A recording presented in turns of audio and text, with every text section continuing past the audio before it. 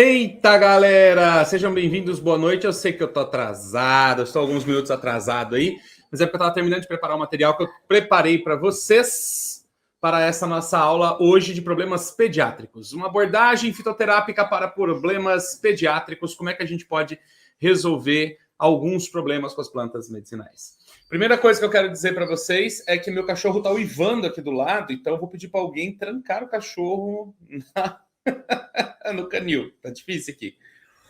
E do mais, gente, olha, quando a gente fala de criança, né? Quero dar as boas-vindas também à galera que está acompanhando aí do APS 100%. Essa aula é uma aula do programa de terapeutas. Eu estou entregando as aulas do programa de terapeutas agora ao vivo. Estou convidando vocês para assistir, para conhecer o programa de terapeuta. E tem alguns motivos para isso. Primeiro, que eu acho importante compartilhar o conhecimento com vocês. E segundo, em breve nós vamos abrir inscrições para o programa de terapeutas e eu quero muito que você participe comigo. Tá? Então, eu acho que é muito importante você dar esse próximo passo, aprender a ser terapeuta, realmente ter uma nova profissão, poder viver disso. E isso é muito legal, isso é uma grande oportunidade. Então eu quero muito que você esteja comigo na próxima turma do programa de terapeutas. Quero que você conheça um pouco do conteúdo que a gente vai disponibilizando para a galera dos terapeutas. A gente vai deixar um link aqui nos comentários para vocês também, que são do APS 100%. É o link para você entrar num grupo do WhatsApp. Esse grupo do WhatsApp é onde eu vou avisar vocês sobre as inscrições para o programa de terapeutas que vai abrir em breve. Em breve a gente vai ter algumas informações importantes para que vocês possam garantir sua vaga na próxima turma. Então, eu vou deixar um link aqui, daqui a pouquinho eu deixo esse link para você nos comentários, e aí você clica e entra para o grupo do WhatsApp. Não se deixe de fora disso, isso vai ser muito importante, transformador, vai mudar a sua vida, e você vai ter a oportunidade de transformar a sua paixão pelas plantas na sua forma de viver. E pode ter certeza que você vai fazer um bem danado para a humanidade e você vai receber muitos benefícios em volta, inclusive a oportunidade de trabalhar com aquilo que você mais gosta, que são as plantas medicinais. Beleza? Show de bola, gente. Eu vou tratar agora, eu não sei bem quantos problemas de saúde que eu selecionei, mas também tem um tempo que dá para ficar, que eu não posso ficar aqui até meia-noite, né? Então eu selecionei um grupo de problemas de saúde e vou abordá-los aqui com vocês, mostrando algumas plantas medicinais que podem ser utilizadas. Uma das coisas que as pessoas muito me questionam é sobre a questão da dosagem, né, e a posologia para crianças. Daniel, como é que eu faço para determinar a dosagem de posologia para uma criança? Bom, olha, é muito variável. E a gente vai aprender com o tempo que tudo na fitoterapia é muito variável. Por quê? Porque se eu tenho uma criança que tem um problema grave de saúde, por exemplo, uma coisa bem simples, é febre. A criança está com febre. Tem uma criança que está com 38 graus de febre. Eu preciso me desesperar? Não. Quanto que eu vou dar para ela? Pouquinho. Uma dosagem baixa. Mas eu tenho uma criança que está com 40 graus de febre. Eu vou ficar esperando? Não, tem que dar uma dosagem alta para baixar essa febre. Concorda comigo? Então, tudo vai relacionar a gravidade do problema que você está enfrentando, a gravidade do problema, vai influenciar a toxicidade da planta que você está utilizando. Então, se é uma planta um pouco mais tóxica, um pouco menos tóxica, eu preciso ter controle sobre isso, preciso saber para poder dimensionar o que eu estou fazendo, certo? Não, a criança está com a garganta inflamada, eu vou dar equinácea para ela. Mas peraí, como é que você vai dar equinácea para uma criança? Quanto de equinácea você pode dar? Aí tem que observar a toxicidade da planta. Né? Eu vou dar o caçuz. O caçuz tem certa toxicidade, precisa observar. É uma planta tóxica? Não, não é isso. É que é uma planta que tem as suas recomendações e seus limites de uso, como todas as plantas, certo?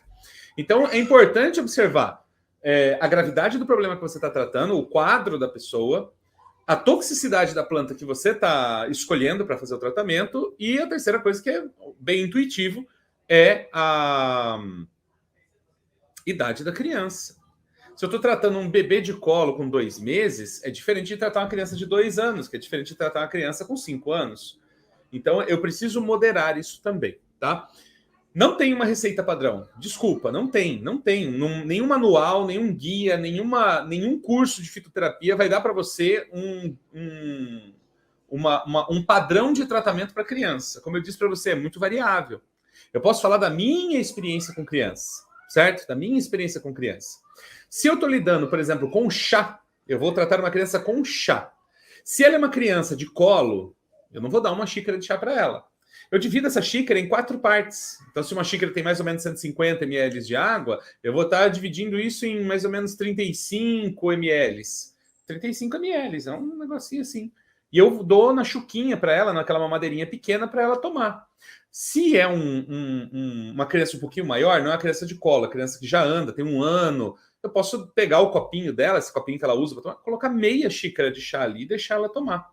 Se é uma criança maior, de 3, 5 anos, eu posso até chegar a dar uma xícara de chá para ela, claro, considerando a gravidade do problema, a toxicidade da planta, certo? Não esquecer esse referencial. Então, a partir daí, eu consigo, a partir de uma criança que já tem 3, 5 anos, eu consigo dar uma xícara de chá para ela. Eu posso dar meia xícara 2 vezes ao dia, Daniel? Claro que pode. É uma escolha, não tem certo, não tem errado. Tem aquilo que funciona e aquilo que não funciona. E a gente só vai saber se está funcionando a partir do momento que eu uso. A partir do momento que eu faço, eu tenho que colocar em prática o conhecimento. A partir do momento que eu coloco em prática o conhecimento, eu começo a perceber o que está funcionando e o que não está funcionando. Tá? Isso é muito importante na nossa prática. Isso na questão do chá. Então aí você pode começar a dar bebê de colo. Chá, eu vou dar 1/4 de xícara 3 vezes ao dia. Então, quer dizer, no dia inteiro ele não conseguiu tomar nenhuma xícara de água, de chá, e tá tudo bem. Não tem problema, esse é o tratamento dele, ele é pequenininho. O fígado dele tem dificuldade ainda de processar algumas coisas, então tá tudo bem. Uma criança maior, de 1, 2 anos, aí eu vou começar a dar para ela, posso dar, por exemplo, meia xícara 2 vezes ao dia. Tudo bem. 3 vezes ao dia, meia xícara? Tudo bem, não tem problema. Não tem problema. É uma criança maior, 5 anos, eu posso dar 1 xícara 2 vezes ao dia. Eu posso dar meia xícara 4 vezes ao dia. Não tem problema. E tá tudo bem, certo? Então, com relação ao chá, é isso. E a partir aí dos 8 anos, 10 anos, você pode dar 1 xícara 3 vezes ao dia para ela também, respeitando, obviamente, gravidade do problema, toxicidade da planta. Essa observação, esses 3 critérios são extremamente importantes ser observados ao tratar uma criança, certo? Toxicidade da planta, gravidade do quadro e a idade da criança. Ok? Observou isso, você consegue fazer o tratamento. Eu estou inseguro. Pô, você está inseguro, começa com menos. E vê como é que isso evolui. Mas vou dizer para você, se você está usando as plantas que a gente estuda aqui, dificilmente você vai usar uma planta tóxica. Mas é que você resolva na sua cabeça dar casca de romã para a criança tomar, dar suco de babosa, resolvi dar margaridão para ela, resolvi dar... Aí você está entrando no campo da toxicidade mesmo. Aí não dá. Certo? Mas se você está usando as plantas que a gente usa normalmente, meu amigo, minha amiga, toxicidade não é um problema, certo? Eu vou falar aqui de várias plantas que são de baixa toxicidade, mas são muito eficientes. Então você pode se apegar com essas plantas fáceis de encontrar, que tem uma toxicidade baixa, para usar com as crianças. Aí você vai criando também o seu protocolo de tratamento com criança. Não é só o que eu digo, mas é o que você faz. E muita coisa eu aprendi vendo os meus alunos trabalhando. Muita coisa eu aprendi testando com os meus próprios filhos. Eu nunca matei nenhum. Então, tá tudo bem. Ninguém nunca passou mal aqui por causa de planta, certo? Então, tá tudo bem, tá? Então, se desprenda um pouco e comece a agir, comece a trabalhar, certo?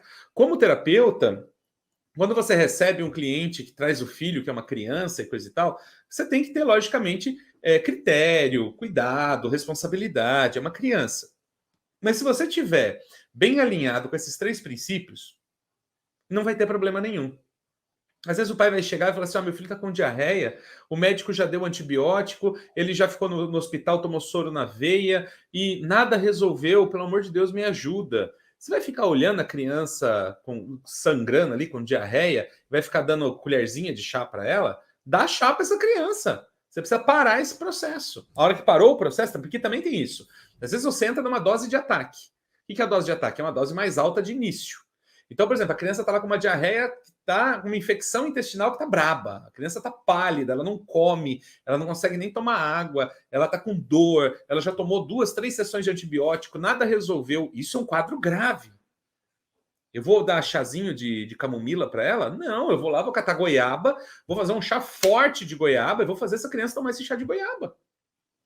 Um pouquinho assim, 10 vezes por dia, um copinho de café 10 vezes por dia. E vai tomando, e vai tomando, e vai tomando, e ajuda essa criança a tomar, e vai tomando, e vai tomando, e vai fazendo, até que pare. Quando para, aí você vai regredindo na dose, até você chegar numa dose que é normal para uma criança. certo? Então também você pode tomar uma abordagem dessa forma, uma dose de ataque e depois você recua na dose a partir do momento que o quadro melhora, tá? Não tem problema nenhum fazer isso. Você já explica para o pai, olha, eu vou dar uma dose mais alta para ele no começo, que é para parar esse processo. Às vezes está com a garganta inflamada, está com a amígdala inflamada, não consegue nem respirar direito. Você vai ficar esperando, dando chazinho de camomila? Não dá, né? Não dá. Não é isso que vai resolver. Então vai lá, pega uma erva baleeira, pega folha de manga, faz um tratamento intenso para ela até desinflamar. Desinflamou e você só faz manutenção. Chazinho de baleeira o tempo todo, baleeira com gengibre, que é para segurar esse processo. É o entendimento, né? Você tem que ter eu chamo de raciocínio fitoclínico. O que é isso? É você olhar e raciocinar entre as variáveis e entre as condições que você tem para trabalhar, qual é o melhor caminho para você seguir como terapeuta, certo? Lembre-se, você está lidando com a vida de outra pessoa. Se for comigo, eu tomo o que eu quiser. Agora, se for com a outra pessoa, eu tenho responsabilidade com ela. Eu preciso observar isso, certo? A gente falou de chá, né? Dosagem de chá. E muita gente vai me perguntar, Daniel, as outras formas de aplicar, como é que eu faço? Bom, vamos falar de xarope. Para muita coisa você pode usar o xarope. Você pode usar um xarope para diarreia, por exemplo. Pode, faz um xarope com as plantas para diarreia e dá para criança. Porque assim, às vezes a criança é intolerante a chá, assim, a questão do sabor mesmo, ela não consegue tomar o chá. Mas se for um xarope mais adocicado, ela consegue. Então faz o xarope bem concentrado e dá de colherada para ela. Não tem problema nenhum. Se é um bebê de colo, né, eu ficaria com o chazinho. E bebê vai tomar o chá, não tem problema. Agora, se é uma criança um pouquinho maior, já tem ali, já toma água sozinha, já segura o copinho e coisa e tal, a gente pode dar o xarope. Você pode entrar com colher de sobremesa, problema respiratório, inflamação da garganta, problema de diarreia. Bom, N coisas aí você consegue tratar com xarope. Uma colher de sobremesa 3 vezes ao dia para uma criança de 1, 2 anos, não tem problema nenhum. Pode dar até 4 por dia. Se for uma criança maior, com 5, 6, 7 anos, colher de sopa. Dá 3, 4 colheres de sopa ao dia. Não tem problema nenhum. E tá tudo bem. Certo? Está tudo bem. Você pode fazer isso, tá? Se você estiver seguindo os critérios, não tem problema nenhum. Outra questão importante a se observar na hora do tratamento, a gente falou de chá, falou de xarope, são as tinturas. E muita gente me pergunta, Daniel, tintura pode dar para criança? Cara, é um paradigma dentro da fitoterapia a questão da tintura para criança. Não pode, não pode, pode, não pode, pode, não pode. Qual que é a minha opinião? A minha opinião é que pode. A primeira coisa que a gente tem que pensar é o seguinte: você tem uma tintura, ela tem 70% de álcool. A cada 20 gotas eu tenho 1 ml de tintura. E eu tenho 0,7 ml de álcool. Tenta medir 0,7 ml de álcool em algum lugar para você ver. É uma quantidade muito pequena, né? Então, não vejo problema em você diluir na água e dar para a criança. Eu dou para os meus filhos. O Inácio tem 1 ano, ele toma tintura. O Arthur tem 5 anos, desde 1 ano ele toma tintura. Eu não daria tintura para criança menor de 1 ano, tá? A criança tem 6 meses, não dou tintura. Mas tem 1 ano, já sabe andar, já tá serelepe por aí, eu dou tintura. Em dosagens controladas. Aí o que você vai fazer? Você pega uma criança de 1, 2 anos ali nessa faixa. Vamos dizer que você vai dar uma tintura para um adulto. E para um adulto você daria 40 gotas 3 vezes ao dia. Volta. Se a criança tem lá 5, 8 anos, você dá 20 gotas. Se a criança tem 1, 2 anos, você dá 10, 12 gotas. Beleza? Diluído em água, sempre. Agora, se o pai da criança, né, o responsável pela criança, não se sente confortável com a tintura, então você entra com outra possibilidade. Lembre-se, é possível pedir na farmácia de manipulação que se manipule um xarope. Você pode falar lá, por exemplo, guaco, né, ou era inglesa, né, que é a Hydera helix, gengibre, são todas plantas que tem na farmácia de manipulação. Então, que você está tossindo, tal, tá ruim, prescreva, cara, quero um xarope com gengibre, quero um xarope com Hydera helix, quero um xarope com, às vezes, erva doce, que é ótimo, broncodilatador. Não tem manga, mas tem erva doce. Erva doce é ótimo broncodilatador.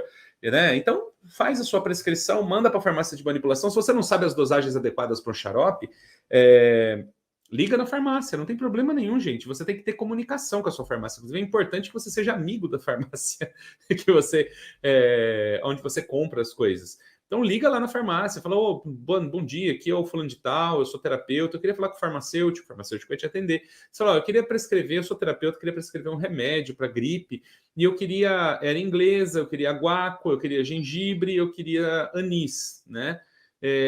Você pode, por favor, me dizer quais são os percentuais adequados, as concentrações adequadas?" Ele vai dizer para você: "Olha, gengibre tantos por cento, olha, o guaco tantos por cento." E aí você faz a sua prescrição, dá para o pai da criança ou a mãe da criança, e ele vai buscar esse xarope. Você não precisa preparar tudo. A farmácia de manipulação faz. Na verdade, como terapeuta, o ideal é que você não prepare nada. O ideal é que você não prepare nada. Né? Lembrando que a legislação proíbe que a gente venda os nossos produtos. Então, como terapeuta, trabalhando, se alguém te denuncia por causa disso, você pode ficar impedido de trabalhar, perder o seu registro e ficar impedido de trabalhar. Então, o ideal é que você não manipule nada, você não faça nada. Ou você orienta a pessoa como fazer na casa dela, ou você usa o que tem na farmácia de manipulação, tá bom? Esse é o ideal. Então, com relação à tintura, é isso. Se a criança tem 1, 2 anos, 10, 12 gotas, tá ótimo. Ah, Daniel, eu ouvi dizer que para criança a gente dá uma gota para cada quilo de peso. Bom, se eu pegar o Inácio, por exemplo, eu vou dar 15 gotas para ele. Não está muito longe. Mas se eu pegar o Arthur, eu vou dar umas 25 gotas para o Arthur, 28 gotas para o Arthur. Também não está muito longe do normal. Né? Se eu pegar uma criança maior aí, que tem já pesando 30 quilos ou 40 quilos, uma criança de 40 quilos aí com 10, 11 anos, já estou dando uma dose de adulto, que é 40 gotas. Né? Então, dá para usar essa medida também. Qual é o peso da criança? Dá em gota para ela. Mas eu não gosto disso. Porque nem assim, eu tenho que avaliar o quadro, senão fica uma coisa assim, tipo fast food. Ah, que é? Quanto pesa? 10 quilos, 10 gotas. Quando é? 5 quilos, 5 gotas. E não é assim. Porque, às vezes, um caso mais grave, você precisa colocar um pouquinho mais. E, às vezes, um caso tão levinho, você não precisa dar tanto. Então, avaliar o caso, eu acho importante. Você pode ter como medida básica na sua cabeça, para cada gota, para cada quilo, para criança, né? Cada quilo, uma gota. Mas eu sempre vou pedir para você avaliar sistemicamente o quadro para ter um critério mais preciso na hora de prescrever tintura para criança, tá bom? Ah, Daniel, posso dar tintura de vinagre para criança? Bom, primeiro que na farmácia de manipulação não tem tintura de vinagre. Aí você que vai ter que fazer já é um problema. E aí, imagina a criança tomando vinagre, amigo. Eu não sei. Para mim, um negócio que não combina. Eu não gosto de tintura de vinagre. E lembrando que a eficiência do vinagre é menor do que a do álcool. Então aí você vai ter que dar uma dosagem um pouco maior para compensar essa perda de eficiência. Complica as coisas, né? Vamos fazer as coisas do jeito certo e tá tudo bem. Outra coisa que você pode utilizar com criança é o lambedor. Né? Então você faz um lambedor, por exemplo, principalmente para dor de garganta, para candidíase oral. A criança está com sapinho. A criança maiorzinha tem sapinho, com 2, 3 anos. Faz um lambedor de plantas para candidíase e deixa ela chupar. E tá tudo bem. Fica lá lambendo a colher, ou faz de uma forma que vire tipo uma balinha, você tira, põe na boca dela, deixa ela chupar o docinho lá e tá tudo bem. Né? Isso vai ajudar no tratamento dela e vai facilitar. Então, uma possibilidade também é você fazer o lambedor, né? Você vai ter uma possibilidade muito mais legal. Agora, cápsula, gente, criança não toma cápsula. Não tem essa. Eu não vejo essa possibilidade, né? Principalmente criança muito pequena. O Arthur, por exemplo, o Arthur aqui em casa tem 5 anos. Eu não dou cápsula para o Arthur, ele não vai tomar. Ele não consegue, não tem essa coordenação para tomar uma cápsula. Acaba engasgando, o risco é maior, você acabar engasgando a criança. Então, eu não daria cápsula para criança por essa questão, não pela forma de uso, mas por ser um negócio mais complicado. Agora, tratamento tópico, gente, tá liberado. Compressa, pomada, óleo medicinal. Você pode manipular um creme transdérmico na farmácia de manipulação. Você pode fazer inalação. Tá tudo bem. Pode fazer tudo isso e não tem problema nenhum, tá bom? Então, essas são orientações sobre dosagem e posologia. Acho que são importantes para vocês. Anotem essas informações e tenham com vocês. E sempre assim, o bom senso deve prevalecer em tudo. Né? A sua maior ferramenta para não errar ou para tomar decisões assertivas é o bom senso.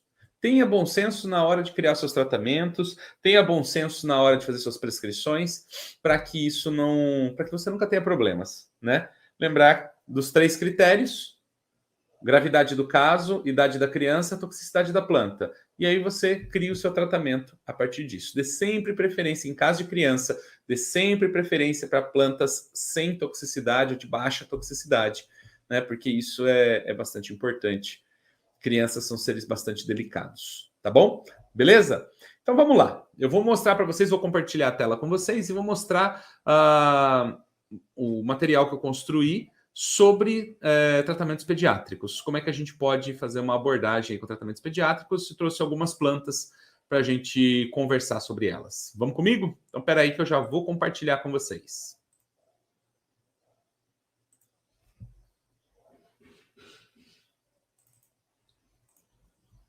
A gente vai falar sobre crianças nesse momento. Mais uma aula para a nossa Academia de Terapeutas APS. Vamos lá. Aí. Vamos começar com pediculose. Daniel, o que é pediculose? Pediculose é piolho. Piolho é um inseto parasita, hematófago, ou seja, se alimenta de sangue, e ele vive não só em humanos, mas ele pode viver em gato, cachorro, coelho, aves como galinha, codorna, pombas, né? E a gente acaba adquirindo o piolho, né? No convívio com outras pessoas mesmo, né? Estando em espaços que tem pessoas que estão infestadas também pelos piolhos. Então, se torna um problema de saúde quando a gente quer tratar o piolho e a gente não sabe exatamente qual é. Uma coisa, mas é tão simples, Daniel, piolho. Então, mas aí você vai fazer o quê? Você vai comprar a permetrina para passar na cabeça da criança? Tem shampoo de permetrina aí para usar, vende na farmácia. Mas qual é a toxicidade disso? Você quer expor a criança a isso? Não seria melhor a gente ter uma possibilidade natural? Então é isso que a gente vai ver agora, o que dá para fazer com as plantas. Esse aqui é bem legal, a avaliação da qualidade e eficácia de uma planta etnomedicinal, o Ageratum conizoide, no manejo de pediculose, que é o piolho. Essa aqui é uma pesquisa realizada na Índia. Uma pesquisa realizada na Índia demonstrou que o extrato etanólico, ou seja, feito com álcool, e pode ser o álcool de cereais nesse caso, é o etanol de cereais. Então, o extrato etanólico de Ageratum conizoide, misturado ao óleo de coco a 20%. Então, você coloca lá 100 gramas de óleo de coco e 20 ml de tintura de Ageratum conizoide, certo? Beleza? Tranquilo. Causou a morte de 96,4% dos piolhos no prazo de 60 minutos. Em 1 hora, você eliminou quase 100% dos piolhos na cabeça da criança usando esse óleo de coco com o Ageratum conizoide. Então, você pega a tintura, 20 ml de tintura, 100 ml de óleo de coco. Mistura os dois muito bem. Você pode até colocar no banho-maria, se você quiser, na mesma processo de fazer uma pomada, mas só para evaporar o álcool. Mas também não é necessário, porque é uso tópico. Aí você pega esse mesmo óleo, aquece ele para ele ficar líquido, né? Pega esse mesmo óleo, passa na cabeça da criança e massageia muito bem o couro cabeludo dela e deixa lá, bota uma sacolinha na cabeça. A mãe adorava pegar a sacolinha do supermercado, amarrar na cabeça da criança com o remédio lá. Faça você também isso. Bota lá uma touca de banho, ou amarra um lenço, ou alguma coisa, deixa o óleo na cabeça da criança durante algum tempo, tá? Nesse caso aqui foram 60 minutos, mas não te impede de deixar um pouco mais. O resultado foi melhor do que a permetrina, que é o que está nos medicamentos. Esse medicamento convencional para tratamento de pediculose atingiu apenas 86,7% de eficiência. E o Ageratum conizoide tem 96,4%. Então é sensacional o uso da nossa querida erva de São João no tratamento de piolho, certo? Vamos lá. Aqui está a tabela mostrando para a gente, né? Eu trago sempre a tabela com o resultado para vocês. Aqui é o tempo de exposição, 10 minutos, 20 minutos, 30, 45 e 60 minutos. E a gente vai ver a mortalidade em percentual. No controle negativo, quem é o controle negativo? É a água pura.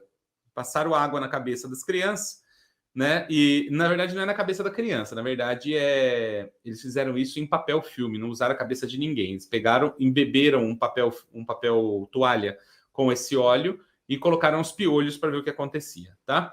Então o que aconteceu?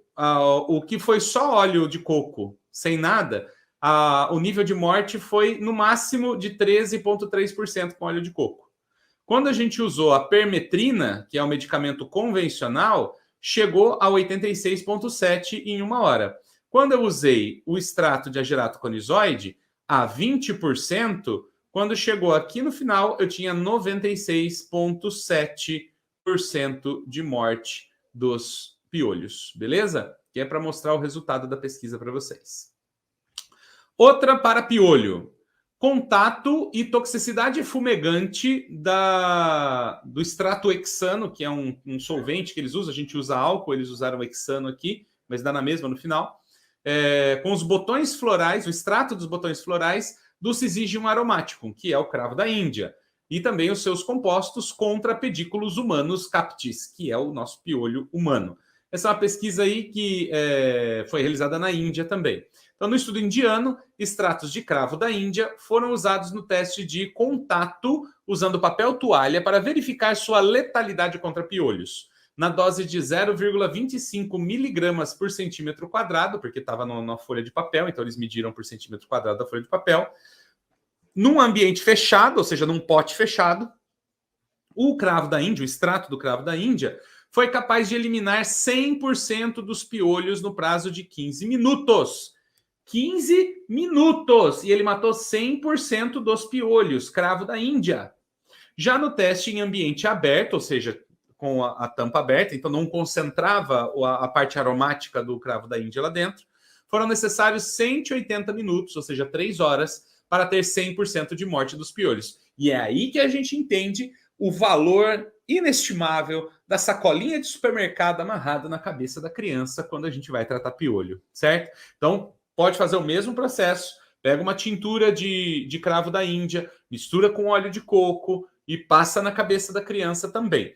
Cuidado com a concentração, não exagera, porque o cravo da Índia ele pode sensibilizar a pele. Tem vários compostos, inclusive anestésicos e tudo mais, mas ele pode sensibilizar a pele. Então, toma cuidado principalmente com crianças que têm a pele muito sensível, tá? Pode usar menos, né, do que o agerato conizoide, usar 10%, né? Então, para cada 100 ml, 10 ml de tintura. Experimenta, vê como é que funciona. Nada impede que você faça uma segunda dose, testa na criança, de repente você passa aqui no braço da criança para testar se a criança é alérgica ou não ao cravo da Índia. Isso é importante, tá bom? Mas olha, se ela estiver bem fechadinho na cabeça, você, em 15 minutos, você acaba tendo 100% de morte, que não impede que você deixe 1 hora, né? E você vai ter um resultado muito melhor, talvez, tá bom? Então é isso, cravo da Índia é top para piolho. Aqui está o resultado, ó. Aqui em ambiente fechado e em ambiente aberto. Aí você tem o tempo, 5, 10, 15 minutos, e aí no aberto ele deu 10, 20, 60, 120 e 180 minutos. E aqui é o nível de mortalidade. Com 15 minutos, no pote fechado, com 15 minutos, morreu 100% dos piolhos. No pote aberto, com 180 minutos, chegou a 100% de morte, tá bom? Então, fica aí o resultado dessa pesquisa para vocês também.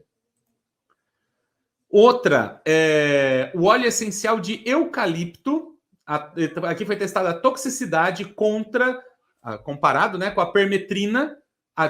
Contra piolhos resistentes à permetrina. Então, pela humanidade usar muito tempo os mesmos medicamentos, esses parasitas, esses organismos, insetos, fungos, bactérias, eles começam a ficar resistentes aos medicamentos. E no caso da permetrina, a gente tem hoje os piolhos que são resistentes à permetrina, ou seja, você passa o shampoo na criança lá que você comprou na farmácia e não funciona. Aí você fala, esse negócio é uma porcaria. É porque ela tem na cabeça um piolho que é resistente ao medicamento. Nessa pesquisa aqui, então, foi testado nesse piolho que é resistente à permetrina, foi usado o óleo de eucalipto. Então, numa pesquisa argentina, o óleo essencial de diferentes espécies de eucalipto foram testados na eliminação de piolhos resistente à permetrina.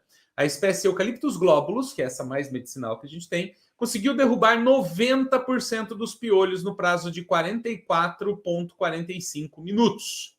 Dá 45 minutos, né, gente? Outras espécies de eucalipto tiveram uma eficiência muito parecida. Então vamos ver aqui como é que ficou, ó.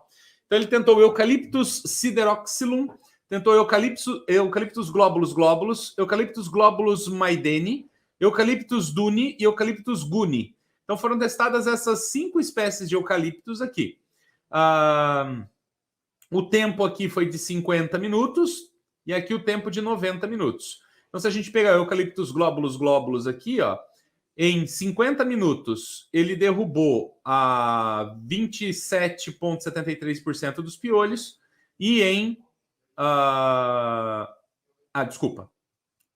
Para derrubar esse 50 aqui, quer dizer que morreu 50% dos piolhos. Aqui quer dizer que morreu 90% dos piolhos, tá bom? Então tá. Para matar 50% dos piolhos, o Eucalyptus globulus precisou de 27,73 minutos. Beleza. Para matar 90% dos piolhos, ele precisou de 44,45 minutos. Então, dá para usar o óleo essencial de eucalipto também. Você pode pingar naquela preparação que eu falei para você. Vamos dizer que você pegou o óleo de coco, colocou lá que a gente pode misturar. A gente não precisa trabalhar com uma coisa só. Você pode pegar o óleo de coco, colocar lá óleo de eucalipto, põe lá umas gotinhas de óleo de eucalipto, coloca a tintura que você fez de agerato conizoide, mistura, passa na cabeça para ter mais eficiência, tá? Se bem que cada uma dessas plantas é muito eficiente, né? No caso do eucalipto, ele atingiu 90% de morte em 44,45 minutos. Quer dizer que em 60 minutos ele teria matado tudo. O cara só não esperou fazer o KT100 aqui, ele fez só o KT90. Mas se ele tivesse feito o KT100, teria dado 60 minutos. Se a gente seguir aqui a proporção, em 60 minutos, né, ele teria matado 100% dos piolhos. Agora, 3 plantas aqui que foram testadas na pesquisa. O sabugueiro, volta, Daniel. O sabugueiro, a arruda e o cinamomo, que é a Amelia azedarac. É uma árvore também chamada de Santa Bárbara no Brasil, tá? Tem alguns lugares chamados de Santa Bárbara. Muito bonita a árvore, inclusive. Essas 3 plantas foram testadas aqui no Brasil para verificar a ação delas contra o piolho. Pesquisa realizada com os extratos das folhas de cinamomo, que é a Amelia azedarac, arruda, que é a Ruta graveolens, e sabugueiro, que é o Sambucus australis, verificou a efetividade desses extratos contra piolhos. O resultado mostrou que as 3 plantas foram muito eficientes no prazo de 9 horas, sendo que o cinamomo atingiu 100% de eliminação, enquanto a arruda e sabugueiro tiveram resultados acima de 90%, mas não chegaram a 100%. Bom, gente, 9 horas é muito tempo, né? Ninguém vai deixar uma criança 9 horas com a sacolinha amarrada na cabeça. Mas é uma possibilidade. Olha, eu não tenho à disposição, sei lá, o agerato conizoide ou o óleo de eucalipto, ou qualquer coisa parecida. Ok, então você vai e usa o que você tem. Nesse caso aqui, tem a folha, não é a flor do sabugueiro, tá? É a folha do sabugueiro, a folha da arruda e a folha do cinamomo, tá bom? Olha aqui o gráfico. A gente tem aqui o gráfico mostrando o percentual de morte, né? Esse gráfico aqui embaixo, ele mostra o percentual de morte. Então, dá uma olhada aqui, ó. A arruda... cadê aqui? Deixa eu ver. Aí. Isso. Essa aqui é o cinamomo. Olha, o cinamomo chegou aqui em cima, tá vendo? No prazo de 9 horas, ele chegou a 100% de morte. A arruda e o sabugueiro chegaram no mesmo resultado aqui, um pouco acima de 90, tá? Mas tá aqui o resultado da pesquisa para vocês. Bom, vamos falar de outro problema agora. Bom, vocês aprenderam então que dá para usar para tratar piolho. Dá para usar o cravo da Índia, dá para usar o agerato conizoide, dá para usar o eucalipto, dá para usar... Também não impede que você faça uma pomada de eucalipto, que você faça tintura de eucalipto e use. Não precisa usar o óleo essencial, de repente você tem alternativas aí. Dá para usar o sabugueiro, dá para usar o cinamomo e dá para usar a arruda. Tem 5 plantas aí para vocês usarem no tratamento do piolho, certo? Todos funcionam muito bem. Vamos falar sobre candidíase. Candidíase é uma infecção causada pelo fungo Candida albicans. E a gente tem basicamente 2 formas de de candidíase. A gente tem a genital, que é na região genital, e tem a oral, que é na região oral. Pareceu bem intuitivo para mim o nome dessas doenças, mas é isso. Então, é muito comum nas crianças a candidíase oral. Por quê? Porque a criança põe a mão suja na boca. O bebezinho, ele desenvolve, é o famoso sapinho, né? Minha avó chamava de sapinho, mas na verdade é candidíase oral. A criança que está amamentando, que é pequenininha, criança de colo, ela desenvolve a candidíase oral pelo contato com o seio da mãe. Sim, a cândida, ela está no corpo de todas as pessoas, inclusive no meu e no seu, e quando a criança tem uma baixa imunidade, e pegar a candidíase significa que a criança tem baixa imunidade, é outra coisa que precisa ser pensado, como é que eu vou tratar a imunidade dessa criança, mas quando a criança tem baixa imunidade, a candidíase pode atacar. Essa foto aqui é de uma candidíase oral. E assim como na candidíase genital, ela causa coceira, ardência, mau cheiro, e no caso das crianças, quando é assim na boca, causa dificuldade para comer, para deglutir, né? Então tudo fica complicado. Se você não tratar a candidíase oral enquanto está só na língua, por dentro do lábio, ela pode pegar o esôfago, o estômago, e aí fica muito mais complicado tratar. Então, não menospreze um sapinho, gente. Se a criança está com candidíase oral, trate a candidíase oral o quanto antes. Vamos ver que plantas podem nos ajudar. Esquinos terebintifólios, que é a nossa aroeira vermelha. E aqui, nós estamos falando aqui da casca do tronco dela, tá? Então aqui, ó, atividade antifúngica de Esquinos terebintifólios sobre cepas do gênero Cândida. Foi feito pela Universidade Federal da Paraíba. A tintura da casca de aroeira vermelha foi testada contra 3 cepas do fungo Cândida, porque não tem só um tipo de Cândida, tem vários tipos de Cândida. Como controle positivo, foi usado o medicamento convencional nistatina, que é um fungicida.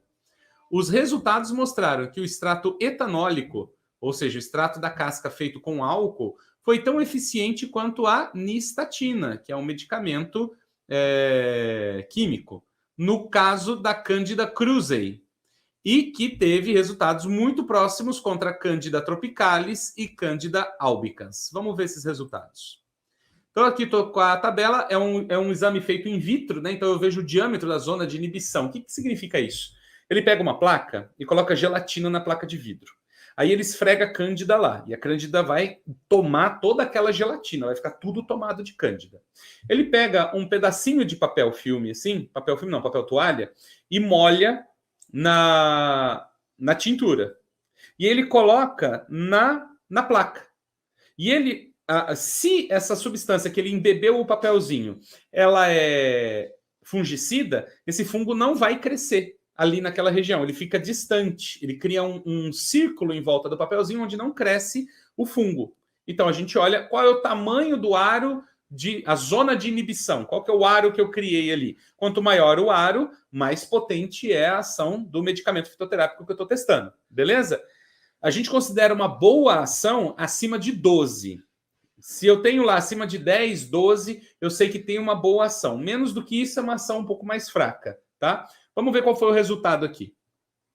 Usando a tintura de aroeira, no caso da Candida albicans, eu consegui 25 milímetros, ou seja, 2,5 centímetros de borda de inibição.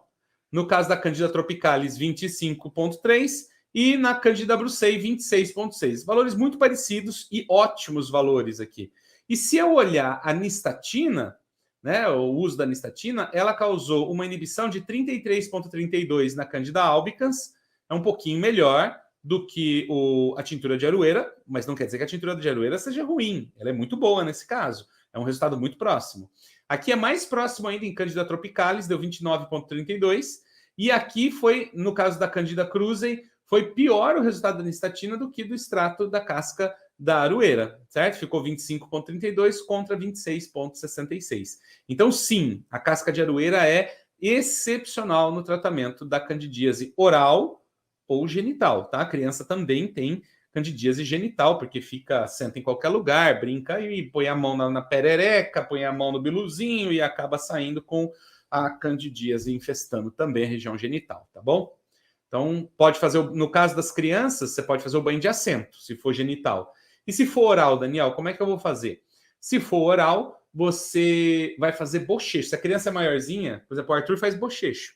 Então, você põe na boca e fala, cospe. A criança faz o bochecho, faz 1, 2 vezes o bochecho. Importante fazer diariamente, toda vez que vai escovar o dente da criança, faz o bochecho com chá, tá? Pode deixar na geladeira, pode ser frio, pode ser morno, não tem problema. Se é um bebê ou uma criança que não consegue fazer o bochecho, você pega uma gaze ou uma fralda limpa, molha no chá e limpa a boca da criança. Molha no chá, limpa a boca da criança. Você não vai molhar 2 vezes a mesmo algodão ou a mesma gaze, né? Ou o mesmo tecido ali.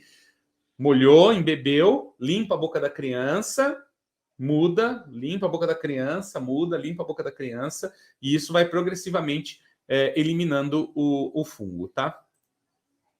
Outra pesquisa com aroeira vermelha que eu achei bastante interessante, porque a primeira foi sobre a casca. E aqui a gente vai falar sobre as folhas da aroeira vermelha no tratamento da candidíase. E nesse caso aqui estamos falando de uma pesquisa egípcia. Na pesquisa realizada no Egito, as folhas de aroeira vermelha foram testadas na inibição de vários tipos de bactérias e fungos. Contra a Candida albicans, verifica-se que os extratos da folha não foram tão eficientes quanto o medicamento padrão, a nistatina, mas apresentaram relevante capacidade de inibir o desenvolvimento do fungo da mesma forma. Vamos ver como é que foi isso. Olha lá, eu tenho aqui Streptococcus aureus, Pseudomonas aeruginosa, Escherichia coli, Aspergillus niger, Aspergillus parasíticos e Candida albicans. O que a gente usou? O óleo essencial teve uma inibição de 16 milímetros na zona de inibição. É aquele mesmo processo que eu falei, plaquinha, põe o negocinho lá e vê como é que inibe o desenvolvimento. Então, o óleo essencial causou 16 milímetros de inibição na lateral. O extrato etanólico, ou seja, o extrato feito com álcool, causou 17. E o diclorometano é um solvente também, usado só pela indústria farmacêutica, causou 19. E a nistatina causou 30 de inibição, ou seja, foi o dobro. Então, a aroeira vermelha, tanto a folha quanto a casca do tronco, tem uma boa ação inibidora do desenvolvimento da cândida e vale muito a pena utilizar, tá? Agora, se você tem um caso grave, prefira a casca do tronco. Se você tem um caso leve, pode usar as folhas, não tem problema nenhum, tá bom? É só uma questão de eficiência, mas os dois funcionam. Aí você vai avaliar conforme a gravidade do quadro. O próximo aqui é semente de abacate. Vamos ver como é que a semente do abacate age em questão da candidíase. Então, a gente tem aqui um estudo realizado na Nigéria. No estudo nigeriano, as sementes de abacate foram usadas como antibiótico contra uma grande variedade de micro-organismos. Vários solventes diferentes foram usados na produção dos extratos e, em todos os casos, o resultado de inibição do desenvolvimento de Candida albicans foram excelentes, com halos de inibição maiores do que 40 milímetros. Esse aqui é um dos melhores resultados que eu já vi. Não tem remédio que consiga esse resultado aqui. Quer ver? Olha lá, tem aqui o Staphylococcus aureus, Staphylococcus pyogenes, esse aqui nem sei o que é, Bacillus subtilis, Salmonella typhi, Escherichia coli, Klebsiella pneumoniae, Pseudomonas aeruginosa, esse aqui, como é que chama? Neisseria gonorreia e Candida albicans. O que interessa para a gente aqui é a Cândida aqui embaixo. Olha só o que aconteceu, gente. Aqui é um extrato feito com éter. Inibiu só 9 milímetros. Aqui é uma inibição feita com clorofórmio. Inibiu 37. O feito com acetato de etila, 40. Feito com metanol, 42 milímetros de inibição. A streptomicina, que foi usada como medicamento de comparação, não foi testada contra a Candida albicans, a gente não sabe como seria. Mas a gente sabe, lá na outra pesquisa que a gente viu, com a aroeira vermelha, que a nistatina tem uma inibição de 30. Então, o extrato feito com álcool da semente de abacate tem uma das melhores inibições para a candidíase. Pode usar na boca, lavando, fazendo bochecho, pode fazer banho de assento, né? Criança pequena, dá banho nela com chá, gente. Dá banho com chá nessa criança. Ou se é uma criança que já brinca sozinha na banheira, bota ela sentada lá, deixa ela brincar na banheira com esse chá para eliminar esse problema. Mas olha, semente de abacate supera a aroeira vermelha na eficiência em tratar Candida albicans, beleza? Vamos ver agora 3 plantas bastante potentes aqui. A gente tem o barbatimão, a gente tem o mil-em-rama e a gente tem o fumo, o tabaco. Vamos ver as 3 plantas aqui, qual foi o resultado. Foi realizada em Minas Gerais essa pesquisa. Pesquisa realizada pela Universidade do Estado de Minas Gerais verificou a ação do barbatimão, do mil-em-rama e do tabaco contra o desenvolvimento de Candida albicans. Os resultados nos mostraram que nos 3 casos, os extratos etanólicos utilizando álcool de cereais foram mais eficientes do que o fluconazol, que também é outro antifúngico, né, comercial, químico, que você compra na farmácia. As 3 plantas apresentaram resultados muito semelhantes em relação à inibição, sendo que barbatimão apresentou um resultado um pouco melhor do que mil-em-rama e tabaco. Vamos ver quais foram esses resultados. Então, eu tenho aqui o halo de inibição. Então, 5 milímetros, 10 milímetros, 15 milímetros, 20 milímetros. E aqui eu tenho o 1 é barbatimão, o 2 é mil-em-rama e o 3 é folha de fumo. A barra preta é um extrato alcoólico a 70%, que é a tintura que a gente faz. Aqui a cinza escuro é o extrato feito com álcool de cereais. Bom, tá legal, é o que a gente usa também. Aqui o cinza um pouco mais claro é só álcool. Então, é esse álcool sem a planta, álcool puro, ele usou aqui. E aqui esse branquinho é fluconazol. Perceba a eficiência do fluconazol. O fluconazol aqui, ó, no 1, certo? Que é o barbatimão, o fluconazol conseguiu inibir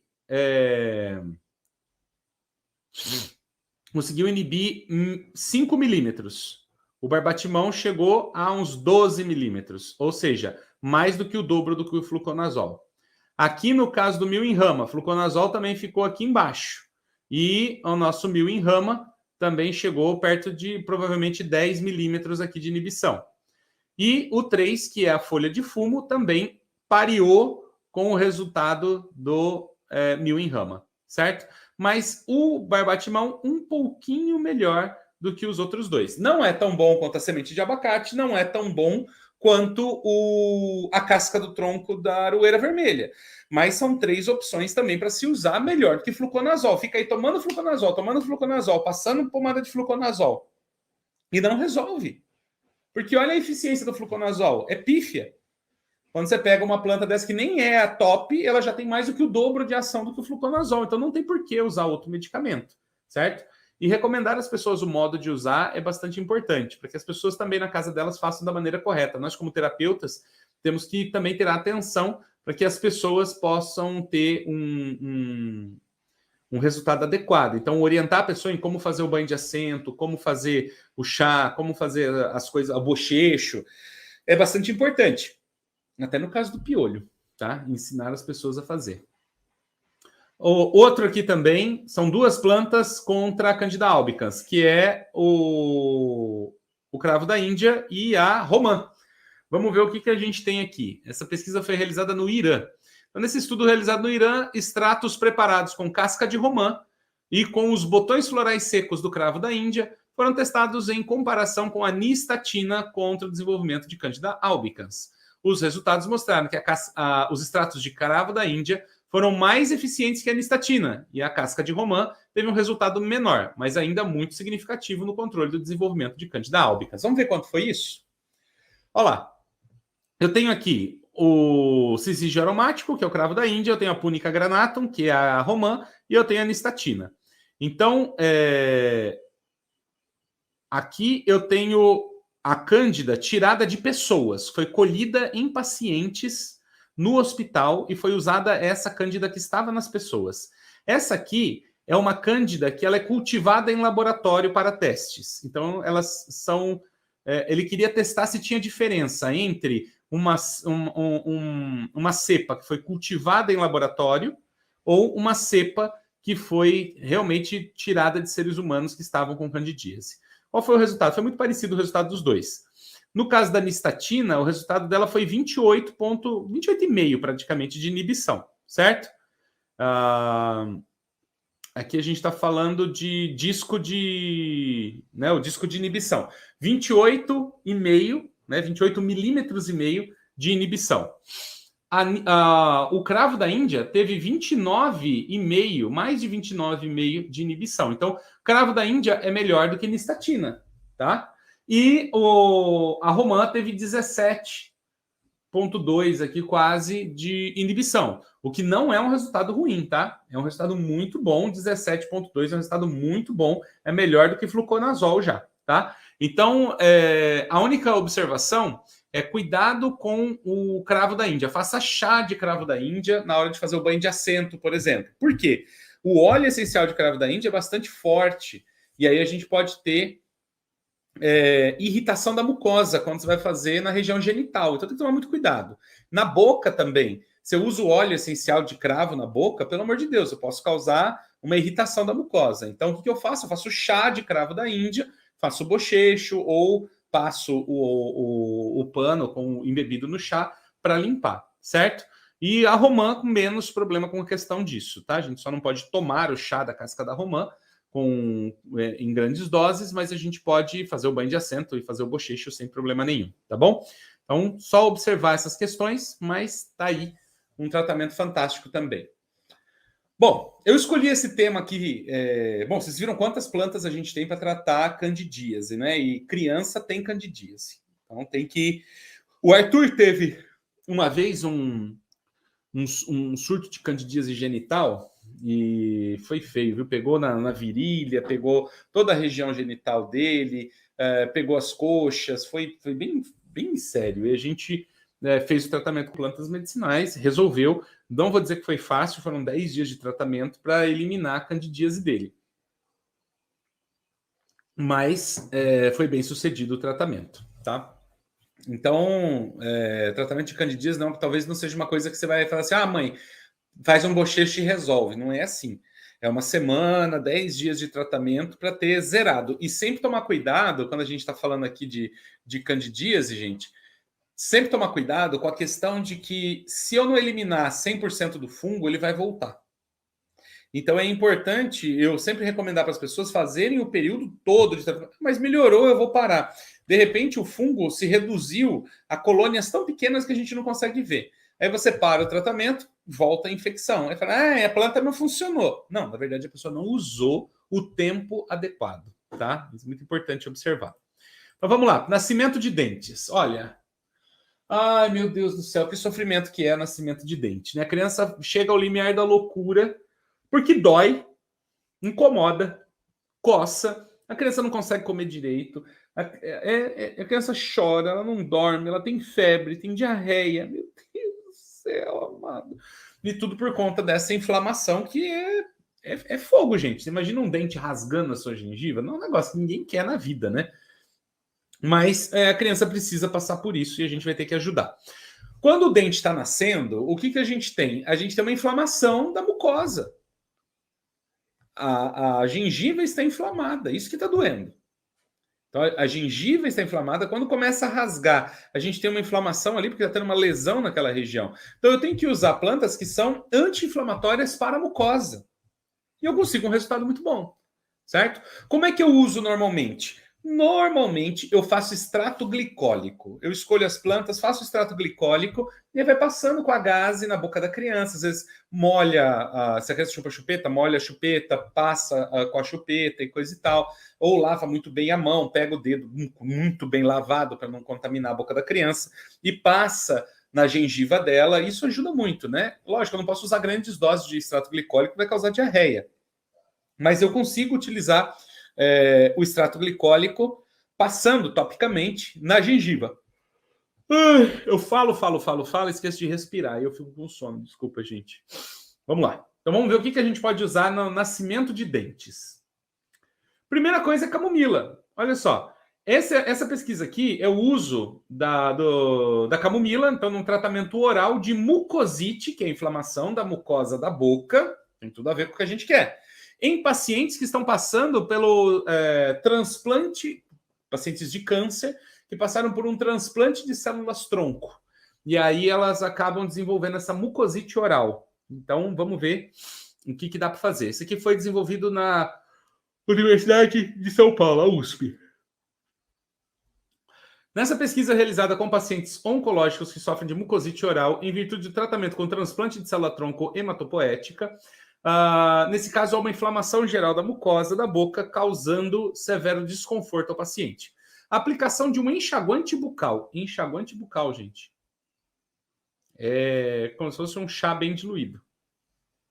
Um extrato de camomila na concentração de 1%. Gente, é só fazer um copo de chá de camomila, tá? E fazer bochecho. É só isso. Foi o mais eficiente em reduzir a inflamação da mucosa oral. No grupo não tratado, a incidência da mucosite foi de 90% dos pacientes. No grupo tratado, com o enxaguante bucal, a incidência foi de 30% apenas. Então, dá para usar a camomila, seja como chá, dá chá de camomila para a criança, vai passar pela mucosa oral dela. Ou usando o extrato glicólico também é uma boa opção de tratamento. Aqui está o resultado da pesquisa, né? A gente tem aqui 0,5% de camomila, 1%, 2% de camomila, tá? E o controle, que não usou nada. Então, a gente tem aqui a incidência de mucosite. Num grupo de 10 pessoas, 7 tiveram a mucosite. Num grupo, usando 1%, no grupo de 10 pessoas, apenas 3 tiveram mucosite. Então, já caiu aqui para menos da metade. E aqui no grupo de 2%, 6 pessoas tiveram. Então, a gente tem o 1% como a dose mais eficiente para esse tipo de tratamento. No grupo controle, que ninguém usou nada, das 10 pessoas, 9 tiveram mucosite. Tá? Então, mostra aqui a eficiência desse tratamento. A outra planta é a nossa querida erva baleeira. Ela é sensacional para a inflamação da mucosa também. Então, aqui a gente tem um estudo farmacológico da Cordia verbenácea na inflamação, como atividade anti-inflamatória do extrato aí das suas folhas. Nessa pesquisa, animais tiveram uma inflamação da pata induzida pela introdução de pedaços de algodão sobre a pele. Eles pegam a pele do animal, abrem, colocam um pedacinho de algodão e fecham. Esse algodão debaixo da pele vai causar um processo inflamatório e fica grave, tá? Com esse processo ocorre o edema ou inchaço como sintoma inflamatório.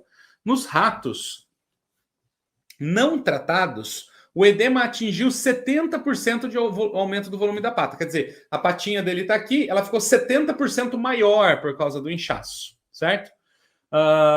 Em todas as concentrações, o extrato de baleeira alcançou uma eficiente ação anti-inflamatória, sendo que nas doses de 1,98 e 2,98 miligramas por quilo, o extrato conseguiu reduzir o edema para 20%. Então, de 70% para 20% de inchaço no prazo de 24 horas. Enquanto o medicamento padrão, que é a fenilbutazona, que é um anti-inflamatório também, atingiu uma redução inferior, confirmando o efeito anti-inflamatório da erva baleeira. Vamos ver isso.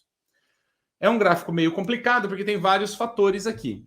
Mas aqui a gente tem o aumento da pata do animal. Então, quem não usou nada é essa linha preta aqui, ó, 70% de aumento. Aqui, ó, a gente tem esse grupo, que é o grupo da... Deixa eu ver aqui, cadê ele? Cadê? Esse é o que tem tracinho e 3 pintinhas. Aqui, ó, tracinho, 3 pintinhas. Fenilbutazona, 50 miligramas por quilo. Ele chegou aqui, ó, tá vendo? Nesse resultado. Aqui a incidência foi menor, mas no prazo de 24 horas, ó, o resultado dela ficou mais alto do que o uso da erva baleeira. Esse aqui é o extrato de erva baleeira, ficou no final de 24 horas ficou mais baixo.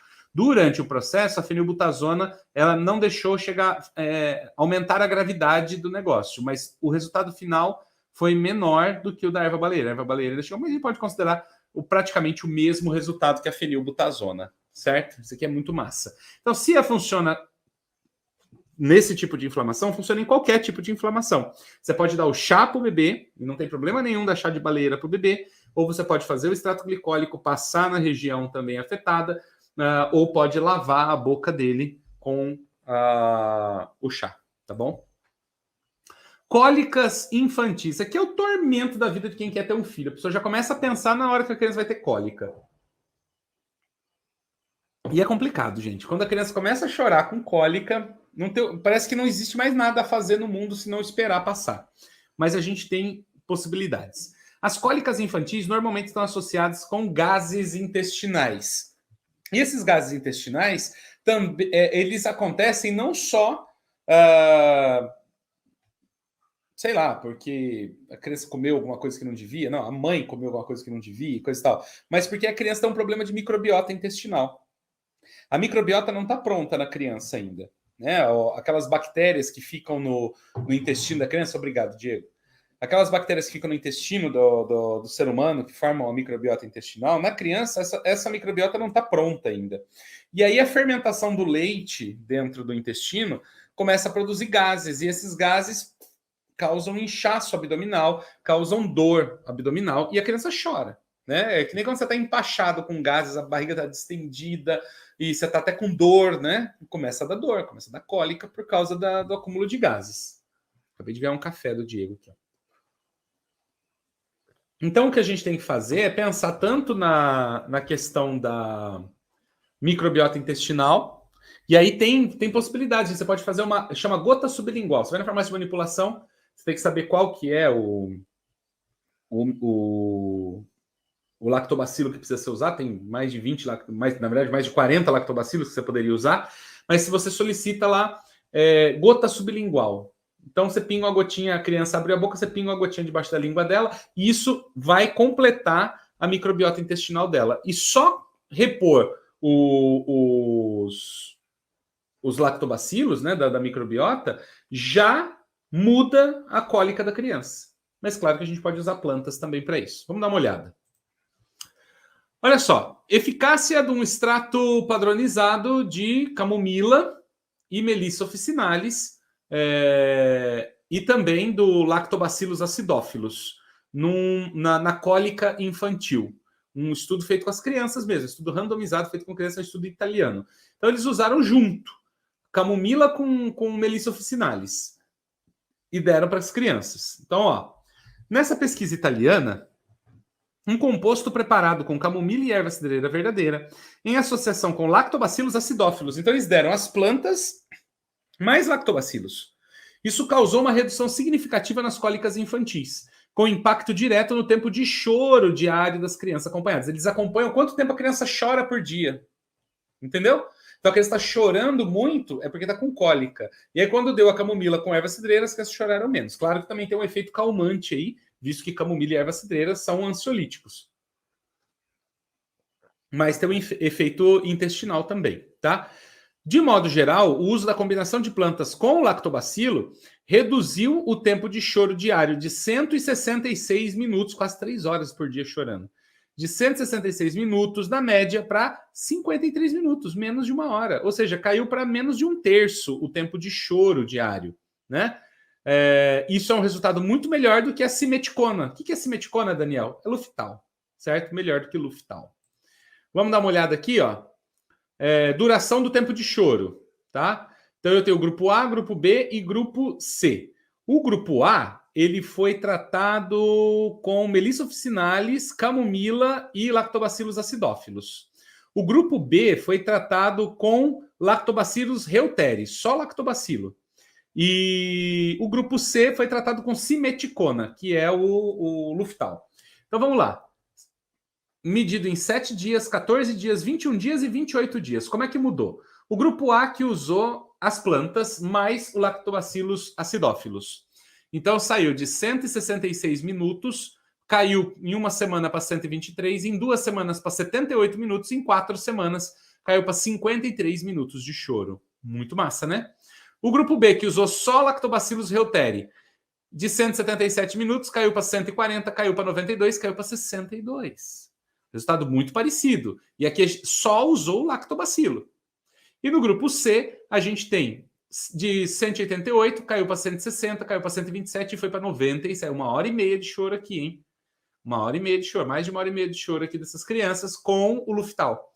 Então, a gente tem que a associação de camomila com Melissa officinalis e lactobacillus acidófilos é a melhor opção para reduzir as cólicas infantis e tratar esse problema tão grave aí. Claro, você pode usar só o lactobacillus, como eu falei aqui, ó, tem lactobacillus reuteri aqui, gotinha, sublingual, Pinga ali uma gotinha debaixo da língua da criança por dia, uma gotinha por dia.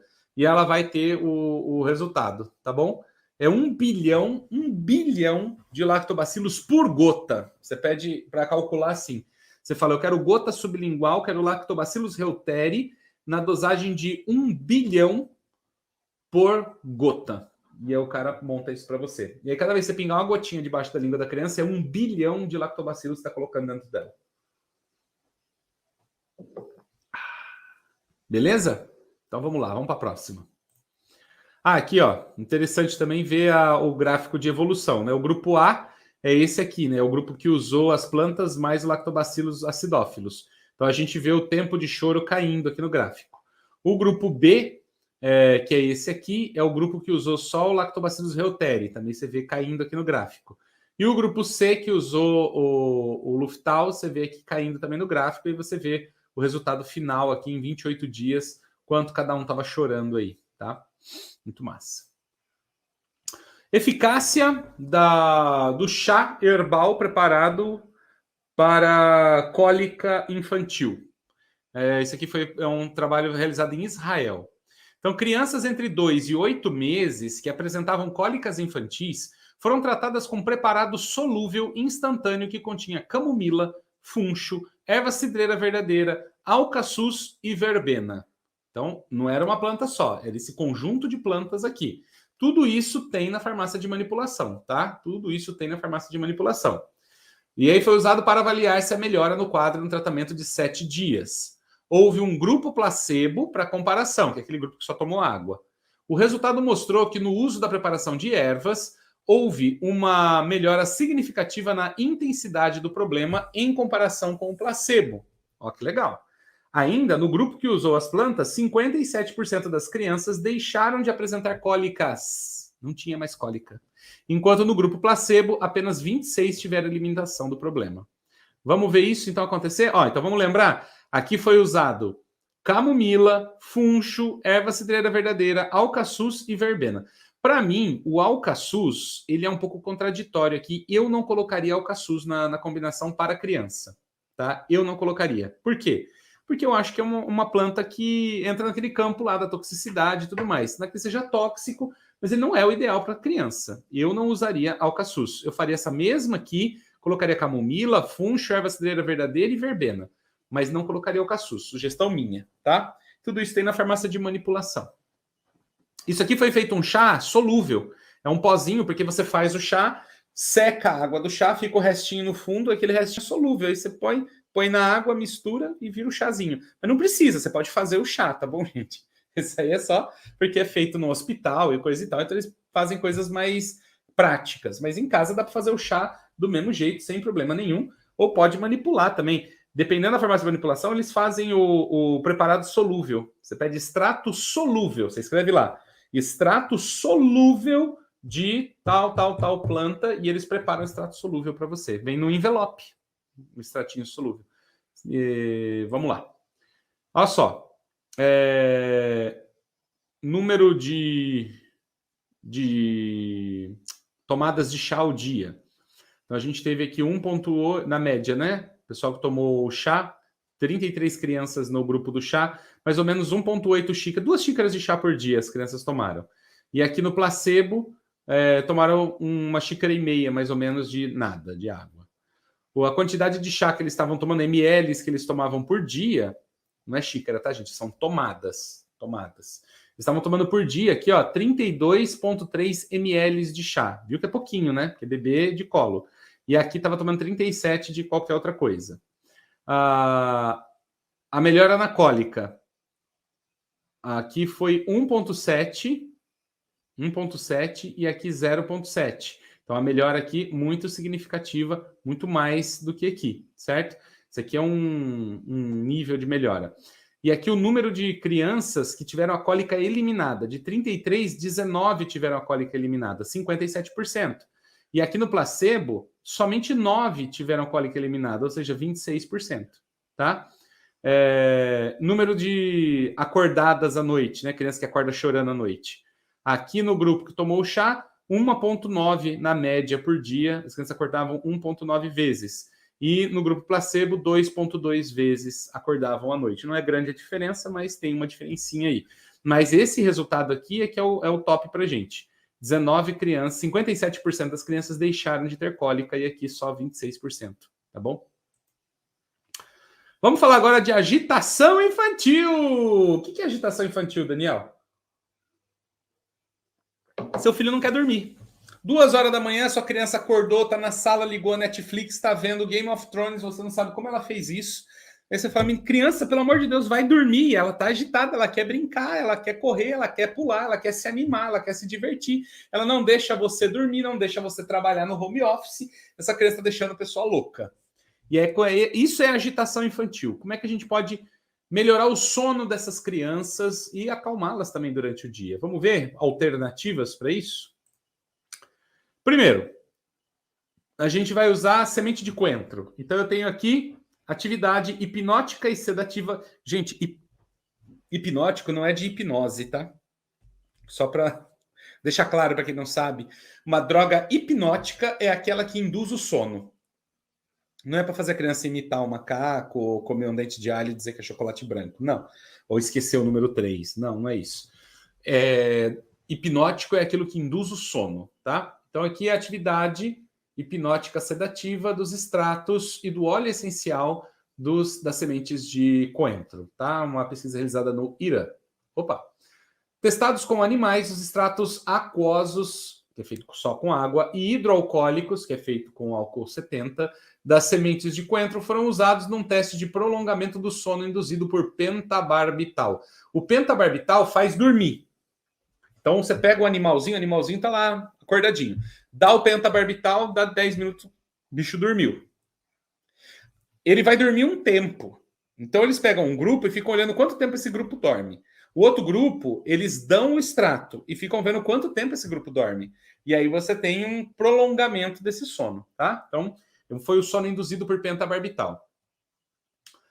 Houve um grupo controle negativo usando solução salina. Solução salina é água com sal. E um grupo controle positivo usando diazepam, que o diazepam vai fazer dormir mais. O resultado mostrou que na dose de 600 miligramas houve um prolongamento do tempo de sono muito próximo do resultado encontrado no diazepam, tanto no uso do extrato aquoso quanto no extrato hidroalcoólico. Vamos ver esse resultado.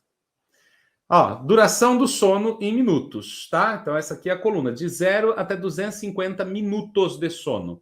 E aqui o tratamento. Eu tenho solução salina. Olha lá, eles dormem um pouco. Dormiram 1 hora, tá vendo? Um pouco acima deve estar dando 60 aqui, ó. Dormiram 1 hora, 60 minutos. Aqui também, dormiram 1 hora, 60 minutos, tá? Nesse aqui, a gente usou extrato aquoso, que seria um chá, tá? O diazepam, ele fez dormir até quase 6, 12, 8, 4 horas. Então, saiu de 1 hora, passou a dormir 4 horas. Com o extrato a 100 miligramas, ele dormiu a mesma coisa, assim, não mudou o sono. Com 200 miligramas, aí ele já dormiu 150 minutos. Com 400 miligramas, ele já dormiu 180 minutos, deu 3 horas de sono. E com 600 minutos, ele chegou a dormir 200 minutos, que dá mais ou menos 3 horas e pouco, aí, 3 horas e meia de sono. Tá bom? Então, um resultado muito próximo do diazepam no uso do chá, tá? Então, o chá de coentro vai bem. Tempo do sono aqui e agora estamos usando extrato hidroalcoólico. O diazepam, mais uma vez, fez dormir praticamente 4 horas. Aí a gente tem aqui os 100 miligramas não fez cosquinha. 200 miligramas, um resultado meio pífio. Com 400 miligramas, veja que 200 e 400 miligramas é melhor tomar chá do que tomar tintura. Olha só o chá. Olha aqui a tintura. O resultado da tintura é pior do que o do chá, no caso do coentro.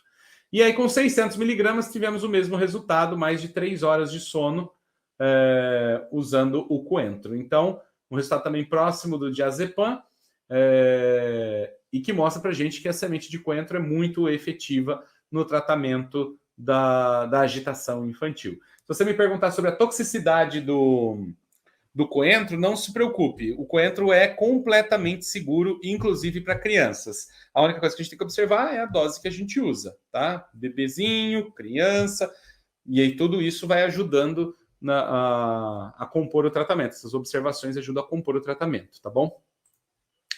Vamos lá. Efeito oral da camomila na qualidade do sono em idosos em Isfahan. É porque isso aqui foi feito no Irã. Um estudo controle randomizado. Então, foi feito com idosos esse tratamento aqui. No estudo realizado no Irã com idosos, verificou-se a efetividade do uso da camomila na melhora do sono. Esses idosos receberam 400 miligramas de extrato de camomila 2 vezes ao dia após as refeições pelo período de 4 semanas. O grupo controle não recebeu nenhuma intervenção.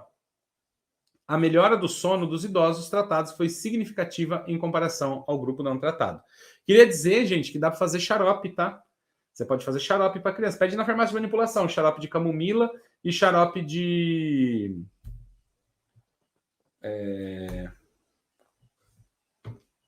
coentro, semente de coentro.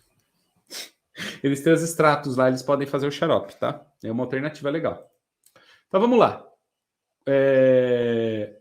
A nota que eles deram para o sono vai do 1 até o 21, a nota. Aí tem nota menor do que 5, de 5 a 10, de 11 a 16, 17 a 21, tá bom? Essas aqui são as notas dadas para o sono. Frequência, né? Comparação do tempo de qualidade, da qualidade do sono, da média da qualidade do sono, no controle e no teste, no grupo de teste, tá bom? Vamos lá ver. No grupo controle, que não tomou nada, eu tenho aqui 8 idosos deram uma nota menor do que 5. E 5 idosos só deram uma nota menor do que 5 tomando o medicamento. Então, já tem aqui uma nota melhor. De 5 a 10, eu tenho 18 idosos que tomaram placebo, disseram que a nota do sono foi de 5 a 10. E aqui só 2. Quer dizer, eu tenho mais idosos dizendo que o sono foi bom. De 11 a 16, eu tenho 11 pessoas aqui no grupo controle que só tomou placebo e tenho 10 no grupo de teste que tomou a planta. De 17 a 21, eu não tenho ninguém que tenha dado essa nota tomando placebo, mas eu tenho 3 pessoas que me deram essa nota tomando a planta. Então, eu tenho um resultado de qualidade do sono aqui, ó, melhor do que do lado de cá. Só essa faixa aqui, essa nota de 5 a 10 aqui, já mostra para mim esse resultado, tá? Aqui é a comparação da qualidade, da média da qualidade do sono. Deixa só eu voltar um pouquinho aqui. Tá. Isso aqui, gente, só para esclarecer para vocês, isso aqui foi antes de tomar o medicamento. O grupo controle e o grupo de teste. Então, eles não tomaram medicamento aqui. Gente, presta atenção. Eles não tomaram, ninguém tinha tomado medicamento aqui. Esse aqui era como eles declaravam o sono deles antes da medicação. Tá bom? Agora vamos ver como eles declaravam o sono dele depois da medicação. Depois da medicação, eu tenho aqui que...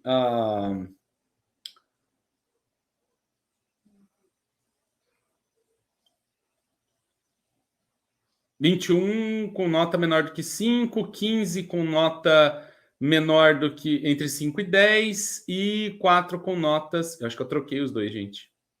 Eu troquei os dois. Esse aqui é o antes, aquele lá é o depois. Desculpa. Bom, mas de qualquer forma mostrou aí. Eu troquei as duas tabelas, tá? Porque isso aqui está separado um do outro. Eu me lembro bem. Esse aqui foi antes. Mas tudo bem. Esse aqui é antes, tá vendo? Tem gente reclamando, mais gente reclamando do que qualquer coisa. Bom, tudo bem.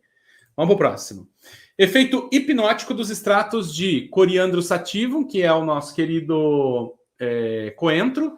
Ziziphus jujuba. Eu nem sei o que é Ziziphus jujuba. É uma planta chamada jujuba, que eu não conheço, mas também o resultado dela não foi bom. E a lavanda, a angustifolia, que é a nossa alfazema. E a Melissa officinalis em camundongo. Vamos ver como é que melhorou o estado do sono desses animais. A pesquisa realizada no Irã demonstrou que os extratos de lavanda nas doses de 400 e 800 miligramas tiveram um efeito facilitador do sono, conseguindo dar início ao sono com um resultado um pouco melhor que o diazepam. Como prolongador do sono, os extratos tiveram um efeito muito próximo do diazepam. Então vamos lá ver. Aqui é o início do sono. O início do sono, no grupo controle que não usou nada, o início do sono está aqui, ó.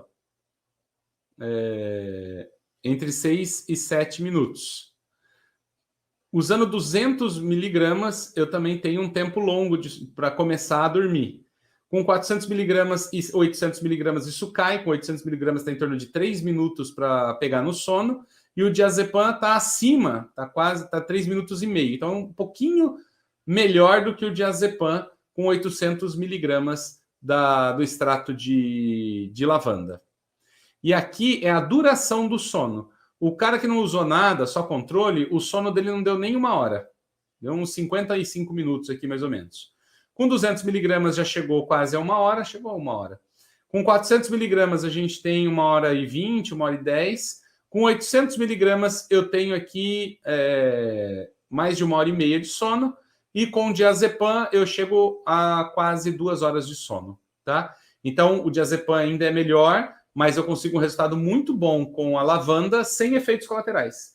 Porque a lavanda também, ela não tem efeito colateral relatado sobre a lavanda. Então ela acelera o sono e ela aumenta o tempo de sono. Então a lavanda é sensacional e pode ser usada com crianças também, assim como o coentro, assim como as outras. Fica a dica também que o óleo essencial de lavanda é muito bom para ajudar a criança a dormir. Não é para tomar, é para colocar num difusor de ambiente no quarto, algumas gotas, coloca, ela vai ficar vaporizando no quarto, e só de inalar os vapores, a criança já tem uma melhora no quadro de sono dela, certo? Na agitação e no quadro de sono, tá bom?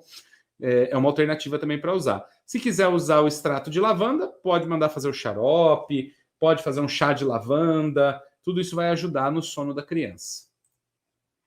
Próximo. Atividade sedativa e hipnótica dos extratos metanólico, usando metanol, e aquoso, usando água, de lavanda officinalis do Marrocos. Olha só que legal, mais uma de lavanda. Na pesquisa realizada no Marrocos, os extratos de lavanda foram testados na indução e prolongamento do sono em animais, assim como a sua toxicidade. Quanto à segurança do seu uso, mesmo em doses extremamente altas, até 5.000 miligramas, isso aqui é muito alto, gente, é 5 gramas de extrato, dá para encher uma mão assim com 5 gramas de extrato. Não houve morte, nem alterações comportamentais, nem mudanças fisiológicas relevantes, o que demonstra que o uso da planta é seguro. Ainda com relação ao sono, o extrato na dose de 1.000 miligramas foi tão eficiente quanto o diazepam. Lembra que a gente viu lá 800 miligramas, chegou perto? 1.000 miligramas foi igual ao diazepam, em acelerar a indução do sono, reduzindo o tempo de latência, que é o tempo de espera para dormir, de 8 para 6 minutos. Já na capacidade de aumentar o tempo de sono, ou seja, prolongar o sono, o extrato na dose de 1.000 miligramas conseguiu aumentar esse tempo de 36 minutos para 112 minutos, praticamente 4 vezes mais sono usando 1.000 miligramas de lavanda. Um resultado melhor que o diazepam, que prolongou o sono apenas até 75 minutos. Vamos ver o gráfico? Então aqui está a tabela. Eu tenho o sono normal, um animal que não foi tratado. Aí eu tenho aqui o extrato, o diazepam, né? E eu tenho o extrato metanólico da lavanda na dosagem de 800 e de 1.000 miligramas. Então, o que não usou nada, né? Usou vamos dizer assim, só tomou o indutor do sono. Nesse caso aqui foi o tiopental. Tomou 60 miligramas de tiopental, só isso. Ele demorou 8 minutos para começar a dormir e dormiu por 36 minutos. O que tomou o tiopental, mas tomou o diazepam, ele demorou 6 minutos para dormir e dormiu 75 minutos, já foi melhor. O que tomou 800 miligramas de lavanda, ele demorou 12 minutos para dormir. Demorou mais, tá vendo? Demorou mais para dormir. E dormiu apenas 45 minutos. Foi melhor do que só o tiopental, mas ainda não foi tão bom quanto o diazepam. E quando você olha o 1.000 miligramas, o tempo para dormir, né, para pegar no sono, diminuiu de 8 para 6, igual ao diazepam, e o tempo de sono foi para 112 minutos, ou seja, prolongou 4 vezes o tempo de sono, de 36 foi para 112, tá bom? Chá de lavanda é o canal para dormir, gente. Bom, vamos falar de febre. E aqui, falando de febre, eu não sei se vocês viram, eu vou até sair desse compartilhamento aqui um minuto para falar com vocês. Eu não sei se vocês viram a live que eu fiz com a Paula sobre a convulsão febril infantil, mas acho super importante ver. Quem não viu, está no canal, assiste lá. Febre é uma coisa muito boa. Febre é importante. E você como terapeuta, você precisa falar com a pessoa que te procura, falar com a pessoa o seu cliente, né? Você precisa falar com ele e explicar que não precisa ter medo da febre. É muito comum que as pessoas vivam com o termômetro na mão. É muito comum que as pessoas fiquem lá, qualquer coisinha está medindo a febre da criança. Gente, antes de 37,5 nem é febre. Não é febre. Está no estado febril, mas não é febre. De 36,5 a 37,5 não é considerado febre pela medicina. A partir de 37,5 é febre. Até 38,5 você não precisa se preocupar. Essa febre vai baixar naturalmente, basta dar um banho fresco na criança, não precisa ser gelado, um banho fresco na criança, uma compressa na testa e na axila, na virilha, e vai baixar. Vai baixar. Passou de 38,5, vamos pensar nas intervenções que nós podemos fazer. Mas tem que ter calma, controle emocional para lidar com isso e precisa ter esse conhecimento. Né? O que faz a gente padecer é a ignorância. Na convulsão febril, a gente tem a situação de que não foi a temperatura muito alta que causou a convulsão febril, mas é uma subida muito rápida da temperatura. Sair de 36,5 para 39 muito rápido, isso causa como se fosse uma pane do sistema nervoso, e aí a criança tem a convulsão. Essa convulsão não mata e não deixa sequelas. Convulsão febril em criança não mata e não deixa sequelas. A única coisa... É desesperador? É. Você vê seu filho colinho virando, todo mole, tremendo, chacoalhando, sem conseguir falar e coisa e tal. É desesperador, dói o coração. E então a gente tem que ter cautela aí em como lidar com isso. Bom, o que se deve fazer? Você tem que pegar a criança, deitar num lugar tranquilo, pode ser o chão, pode ser uma mesa, pode ser um sofá. Você deita a criança de lado e segura a cabeça dela, para caso ela vomite, você deita a criança assim e vira a cabeça dela de lado. Caso ela vomite, ela não afoga com o vômito sai, e aí você limpa a boca dela. Nada de enfiar a mão, puxar a língua, essas coisas. A convulsão ela vai durar de 3 a 4 minutos. Parece uma eternidade, mas é de 3 a 4 minutos que ela dura.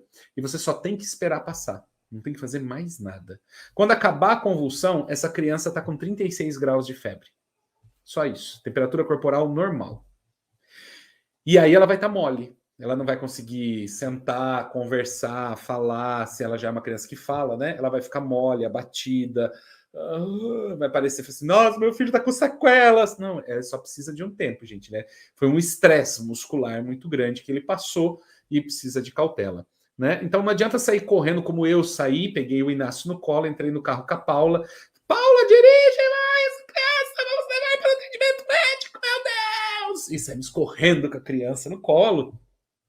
Chega na unidade de pronto atendimento, você é mal atendido, né? A porcaria. Tive que discutir com pessoas lá dentro para poder atender meu filho, mas tudo bem, foi atendido. Aí a pessoa fica lá tentando furar seu filho para botar um acesso, e você já fica puto da vida que você não quer aquilo. Mas tudo bem, nada disso seria necessário. Se eu tivesse ficado em casa, tivesse controlado o Inácio, tivesse esperado a convulsão passar e soubesse o que era para fazer, nada disso teria acontecido. Eu não teria saído de casa correndo, não teria quase batido o carro no meio do caminho, não teria sido mal atendido na UPA, não teriam furado o braço do meu filho, eu não teria passado 24 horas na Santa Casa em observação, nada disso teria acontecido. Eu teria resolvido tudo em casa. Mas eu não sabia. Eu fui estudar a convulsão febril infantil depois que aconteceu. E agora eu estou contando aqui para vocês esse processo. Então, se acontecer com vocês, ou se você tiver que orientar uma pessoa sobre isso, é só isso. Segura a criança deitada, com a cabeça virada de lado. Se ela vomitar, limpa a boca dela. E é só isso. Espera de 3 a 4 minutos, vai passar. Ela vai ficar mole, abatida, apática durante 1 hora, 2 horas, 3 horas, 4 horas, vai querer dormir. Deixa ele quietinho, dá água para ele, deixa dormir. Temperatura já está controlada, porque a convulsão faz isso, controla a temperatura, e você vai acompanhando para ver se a temperatura não volta a subir. É só isso. Não tem mais nada para fazer. Tá bom? Beleza? Mas vamos lá. Então, ó, febre é uma coisa boa.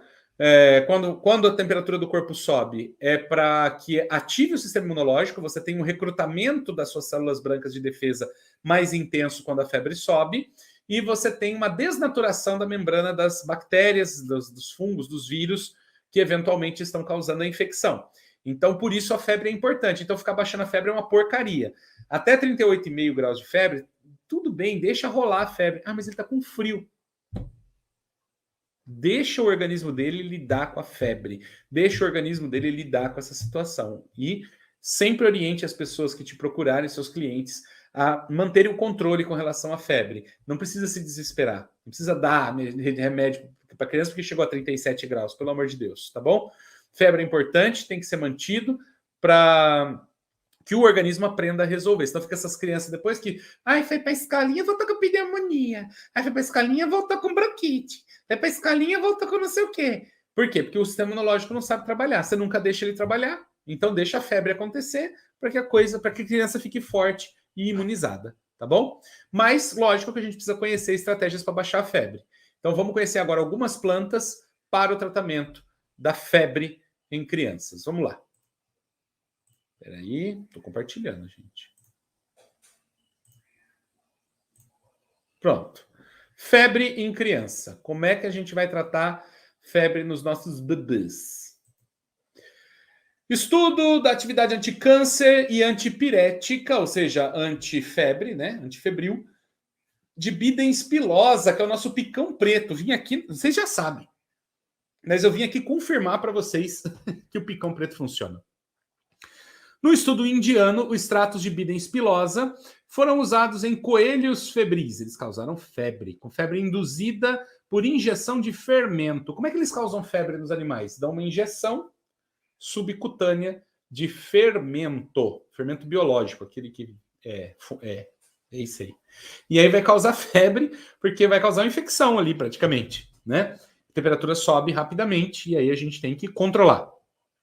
O efeito do extrato na dose de 200 miligramas foi muito significativo no controle da febre, alcançando uma redução da temperatura no prazo de 4 horas, melhor do que o medicamento padrão paracetamol. Vamos ver?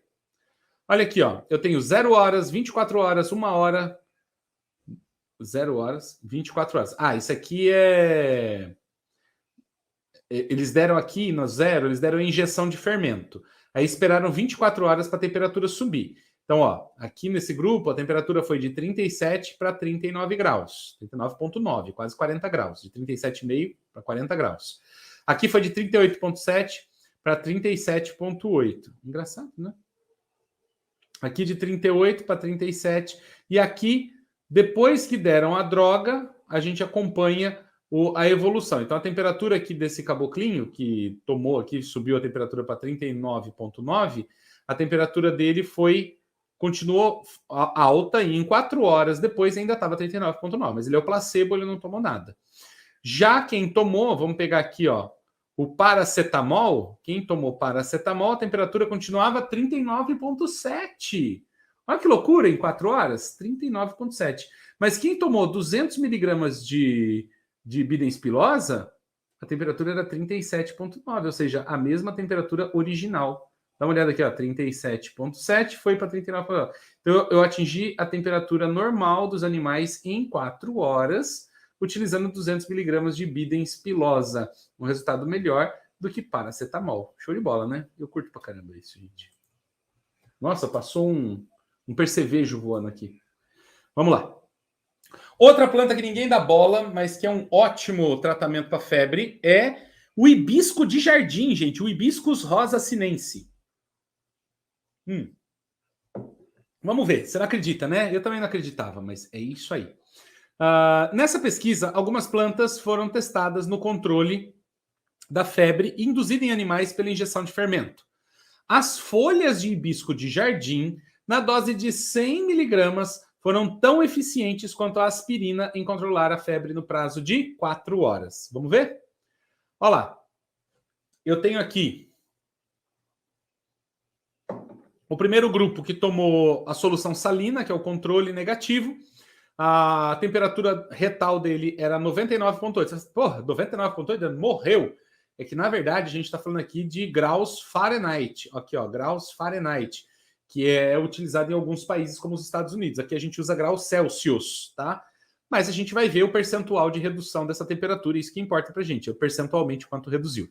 Então a temperatura retal no início era 99,8, Depois de 18 horas usando o fermento, a temperatura foi para 102,4 e se manteve assim nas horas seguintes, não tomando nenhum tipo de extrato. Quem tomou aspirina, temperatura inicial 99,6 e subiu para 103 a temperatura.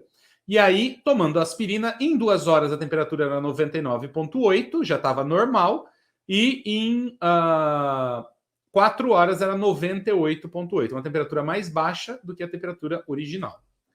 Agora vamos lá, o hibisco rosa sinensis, 100 miligramas aqui do extrato das folhas. Temperatura inicial 99,4, temperatura com o 18 horas de fermento 102,6, e aí tratando em 2 horas foi para 98,6, era menor do que a temperatura inicial e melhor do que a aspirina. Olha aqui, ó, a aspirina foi para 99,8, ele foi para 98,6. Só que depois ela deu uma subidinha para 99,8. Mas é praticamente o mesmo resultado que a gente alcançou utilizando a aspirina. Então, a folha do hibisco serve sim para baixar a febre. Outra pesquisa de hibisco, uma avaliação do potencial antifebre e analgésico das raízes de hibisco. Eu achei interessante porque era raiz de hibisco. Eu acho mais difícil, né? Se você tem a folha, você usa a folha, porque você vai usar a raiz, né? Mas vamos ver se o resultado da raiz talvez seja melhor do que o da folha. Aí, de repente, aí você que é terapeuta, você que é do APS 100% acompanhando a gente nesse momento, de repente é uma grande opção fazer uma tintura de raiz de hibisco e ter em casa para tratar febre quando for necessário. Vamos ver como é que é o resultado? Pesquisa indiana testou o extrato aquoso das raízes de hibisco de jardim na dose de 250 miligramas, em comparação com paracetamol para redução da febre em animais causado pela injeção de fermento. O resultado foi no prazo de 3 horas e meia. O resultado do extrato foi melhor do que a droga padrão paracetamol. Dá uma olhada aqui, ó. Eu tenho temperatura inicial 37,2. Aqui a gente já está em graus Celsius, tá vendo? Lá foi Fahrenheit, que é Celsius. 37,2. Esse aqui é o controle. Ele não tomou como é que chama? Não tomou nada, né? Então a temperatura dele subiu para 38,8, ficou 38, aí deu uma baixadinha para 37,7, 38,1. Então a temperatura dele permaneceu mais alta do que o normal. Isso em 3 horas e meia, tá? Usando paracetamol, temperatura 37,2 também, ela subiu para... Aí tomou paracetamol, já baixou a febre, 37,8, 37,6, 37,2, 38,1 é como terminou a febre. Peguei o extrato da raiz de hibisco e aí a temperatura de 36 subiu para 39 e aí a gente foi baixando para 38,9, 38,2 e chegamos a 37,5. A temperatura baixou para 37,5, temperatura normal aqui, certo? Então o resultado final em 3 horas e meia melhor do que o paracetamol, raiz de hibisco. Se você me perguntar sobre a toxicidade do hibisco, gente, com relação à raiz, eu não encontrei um estudo de toxicidade, mas com relação à folha, você pode usar até na alimentação, como salada, como refogado, não tem problema nenhum, é uma planta sem toxicidade, pode ser usada com bastante tranquilidade, sem problema nenhum, tá? Vamos para o próximo. Vamos falar de manga.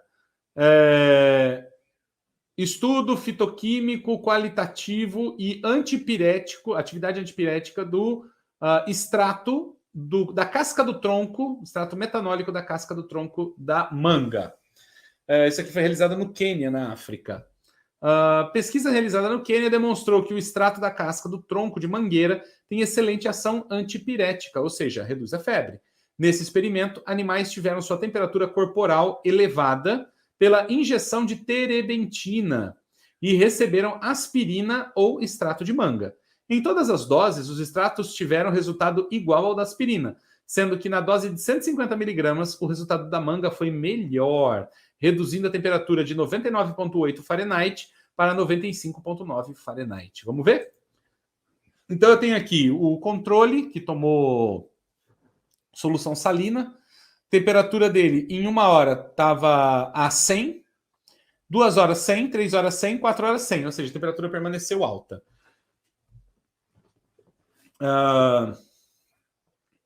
Esse aqui tomou esse aqui não tomou nada, gente. Esse aqui é a temperatura normal dele, tá? Esse aqui tomou a... Como é que chama? Terebentina mais o veículo. E também a temperatura ficou aí nessa casa de 100. O controle positivo usou aspirina e a temperatura baixou 99, 98, 97 e 96. Quando eu usei terebentina para subir a febre e usei manga de 50 miligramas, a temperatura baixou igual a da aspirina, a 50 miligramas. 99, 98, 97 e 96. Quando eu usei 100 miligramas, 99, 98, 97 e 96. Quando eu usei 150 miligramas, 99, 98, 97, 95,9. Mas é uma diferença pequena, né? Então a gente não precisa usar tanto também, apesar de 150 miligramas ser uma dosagem baixa.